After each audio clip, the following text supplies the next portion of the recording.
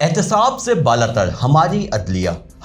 عدلیہ کی حالات اتنے خراب کیوں ہیں؟ دنیا میں آخر اس کو 130ویں نمبر پر کیوں رکھا گیا ہے؟ کیا وجہ ہے کہ کسی بھی پاکستانی سے بات کریں تو وہ اپنی عدالتوں اور نظام انصاف سے مطمئن دکھائی نہیں دیتا؟ حال ہی میں سپریم کورٹ میں ججوں کی تعیناتی کے بارے میں جوڈیشل کمیشن میں جو تنازع پیدا ہوا اور کس طرح ججوں اور کمیشن کے ارکان نے ہی چیف جسٹس آف پاکستان کی طرف سے چنے گئے ناموں کو رد کر دیا، وہ سب کے سامنے ہے۔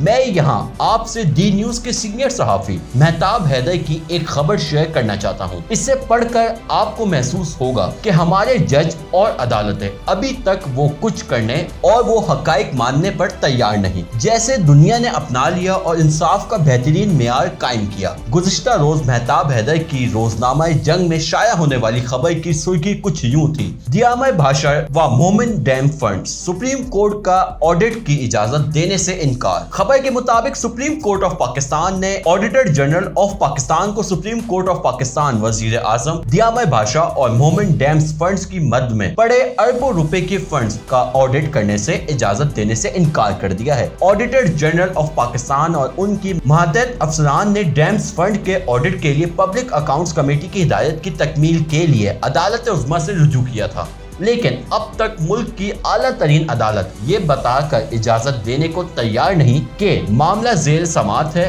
اور دوسرا انہیں عمل درآمد بینچ سے منظوری ملنے کے بعد اسٹیٹ بینک اور نیشنل بینک آف پاکستان سے ڈیٹا حاصل کرنا ہوگا۔ دستیاب سرکاری دستاویزات سے انکشاف کیا گیا ہے کہ 20 جولائی 2022 کو ہونے والی میٹنگ کے دوران چیئرمین PAC کی ہدایت پر آڈیٹر جنرل آف پاکستان نے supreme court of Pakistan PM دیامہ بھاشار اور مومن ڈیم فنڈ سے متعلق فنڈز کو آڈٹ کرنے کی خواہش ظاہر کی تھی۔ سرکاری مکتوب میں متعلقہ حکام کو 10 دن میں رپورٹ پیش کرنے کی ہدایت کی گئی ہے۔ ڈائریکٹر جنرل نے اب باضابطہ طور پر یہ کہا ہے کہ افسر کی طرف سے پیش کی گئی رپورٹ میں کہا گیا ہے کہ mister Abdulrazzaq additional registrar judicial نے معائنہ افسر کو مطلع کیا ہے کہ یہ کیس آئین کے تحت CMA نمبر 6155 آف 2018 کے تحت زیر سماعت ہے۔ دوسرا، انہیں سپریم کورٹ آف پاکستان کے عمل درآمد بینچ سے منظوری ملنے کے بعد اسٹیٹ بینک اور NBP سے ڈیٹا حاصل کرنا ہوگا۔ اس خبر نے یہ سوال پیدا کیا ہے کہ دوسروں کے احتساب اور ان کی سزا و جزا کے فیصلے کرنے والی عدلیہ اپنے آپ کو احتساب کے لیے پیش کرنے سے کیوں ہچکچا رہی ہے؟ عدالتوں کو بھی خود کو احتساب کے لیے پیش کرنا چاہیے، اور فنڈز کے آڈٹ کا یہ معاملہ تو بہت ہی معمولی سا مسئلہ ہے اور اس پر تو کسی بھی لحاظ سے ٹامٹول درست نہیں۔ میری ذاتی رائے میں تو سپریم کورٹ، ہائی کورٹس اور ضلعی عدالتیں اور ان کے ججز تمام اخراجات کا بھی آڈٹ ہونا چاہیے۔ اس بارے میں حال ہی میں اسلام آباد ہائی کورٹ کے چیف جسٹس صاحب نے اپنے دور کے تمام اخراجات کا فورنزک آڈٹ کروانے کا حکم دیا ہے، جو ایک خوش آئندہ اقدام ہی نہیں بلکہ دوسروں کے لیے قابل تقلید بھی ہے۔ اسلام آباد ہائی کورٹ کے چیف جسٹس صاحب نے تو گزشتہ سال کے کل بجٹ کا تقریباً 30% بچا کر حکومت کے خزانے میں واپس جمع کروا دیا ہے، جبکہ اعلیٰ عدلیہ کی کچھ دوسری عدالتوں میں کورٹ ملازمین کو اعزازیہ دے دیا گیا، اور